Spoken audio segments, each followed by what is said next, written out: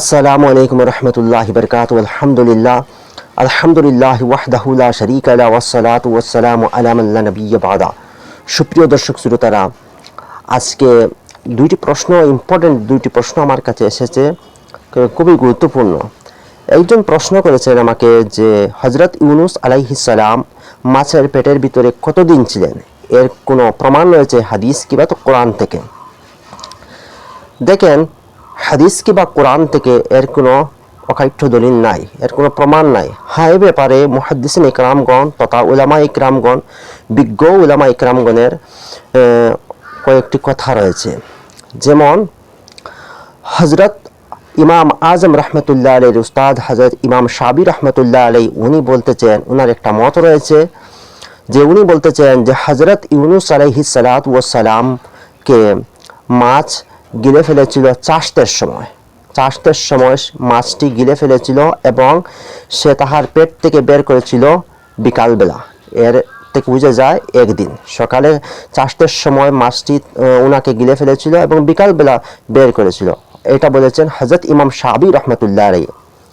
এবং হযরত ইমাম কাতাদা রহমতুল্লাহ আলাইহি উনি একজন বিজ্ঞ আলিম ছিলেন এবং মুফাসসির ছিলেন। উনি বলতেছেন যে উনার মত হচ্ছে যে 3 দিন হযরত ইউনূস আলাইহিস সালাতু ওয়াস সালামকে মাছটি পেটের মধ্যে রেখেছিল 3 দিন। আহলে কিতাব বনী ইসরাঈলগণের কিতাবের মধ্যে পাওয়া যায় যে হযরত ইউনূস আলাইহিস সালামকে 3 দিন 3 রাত পেটের মধ্যে রেখেছিল, যেটা গ্রহণযোগ্য নয় ওনাদের কিতাবের মধ্যে। কিন্তু হযরত আতা ইবনে জুবাইর রহমতুল্লাহ আলাইহি, এই দুইজন বিজ্ঞ আলিম, ওনারা বলতেছেন যে 7 দিন হযরত ইউনূস আলাইহিস সালাতু ওয়াস সালামকে মাছটি পেটের ভিতরে রেখেছিল। হযরত আতা ইবনে হযরত ইবনে জুবাইর রাহিমাহুমুল্লাহ, এই দুইজন আলিমের নজদিক হলো যে হযরত ইউনূস আলাইহিস সালামকে মাছটি পেটের মধ্যে 7 দিন রেখেছিল। এবং হযরত যাহাক রহমতুল্লাহ আলাইহি উনি একজন বিখ্যাত আলিম ছিলেন, উনি বলতেছেন যে 20 দিন রেখেছিল। এবং হযরত আব্দুল্লাহ ইবনে আব্বাস, হযরত ইবনে জুরাইজ, আবু মালিক এবং সুদ্দি এবং মাকাতিল ইবনে সুলাইমান কালবি, হযরত ইকরিমা রাহিমাহুমুল্লাহ, এই বিশিষ্ট উলামা ইকরামগণের মত হলো যে 40 দিন হযরত ইউনূস আলাইহিস সালামকে মাছটি পেটের ভিতরে রেখেছিল। এটা হচ্ছে উলামা ইকরামগণের কথা, কিন্তু কোনো হাদিস কিংবা কোরআন দ্বারা প্রমাণ নয় যে হযরত ইউনূস আলাইহিস সালামকে কতদিন মাছটি পেটের ভিতরে রেখেছিল। আল্লাহু আ'লাম। এখন আরেকটি প্রশ্ন হচ্ছে যে কোনো ব্যক্তি যদি নফল কোনো ইবাদত করে, জীবিত কিংবা কোনো মুর্দা ব্যক্তিকে সওয়াব পৌঁছাতে পারবে কি? দেখেন, এ ব্যাপারে কোনো মতানৈক্য নাই, নফলের ব্যাপারে কোনো মতানৈক্য নাই, পৌঁছাতে পারবে।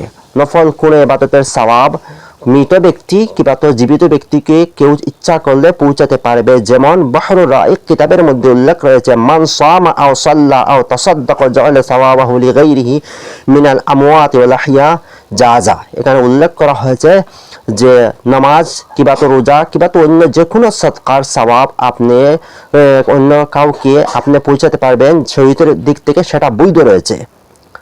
এবং সওয়াবটাও আপনি পৌঁছাতে পারবেন আহলে সুন্নাত ওয়াল জামাতের নজদিক। তদ্রূপভাবে এটা বাদাউই সানায়া কিতাবের মধ্যে উল্লেখ রয়েছে। এবং ফতোয়ায়ে শামির মধ্যে বলা হয়েছে, আন্নাহু লা ফারকা বাইনা আইয়াকুনা আল মাজউল লাহু মাইতান আও হাইয়ান।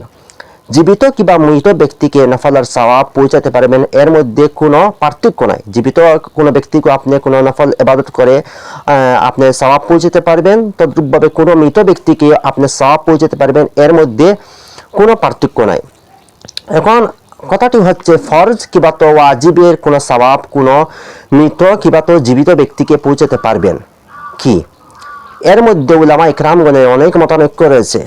কিছু সংখ্যক উলামা ইকরামগণ বলেছেন যে মৃত ব্যক্তি কিংবা জীবিত ব্যক্তিকে ফরজ কিংবা ওয়াজিবের সওয়াব পৌঁছাতে পারবেন না। কিছু সংখ্যক উলামা ইকরামগণের মত হচ্ছে, এর মধ্যে হযরত ইমাম ইবনে তাইমিয়া রাহমাতুল্লাহ আলাইহি উনি বলেছেন যে আপনি সওয়াব পৌঁছাতে পারবেন না, ফরজটা শুধু নিজের জন্য, ওয়াজিবটা শুধু নিজের জন্য, অন্য কাউকে আপনি সওয়াবটা পৌঁছাতে পারবেন না। কিন্তু বেশিরভাগ উলামা ইকরামগণের মত হচ্ছে যে আপনি সেটাও পৌঁছাতে পারবেন, এর মধ্যে কোনো অসুবিধা নাই।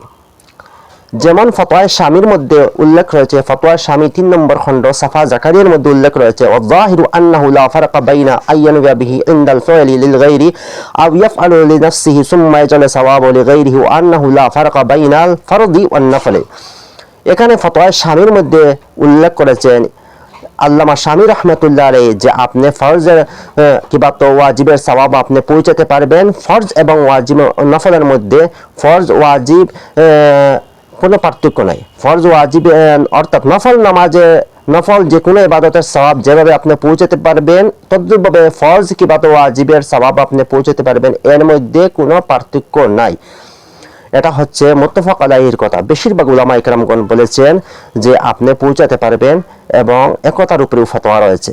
কিছু সংখ্যক উলামা ইকরামগণ বলেছেন আপনি পৌঁছাতে পারবেন না, কিন্তু বেশিরভাগের উলামা ইকরামগণের মত হচ্ছে আপনি পৌঁছাতে পারবেন, এর মধ্যে কোনো সন্দেহ নাই।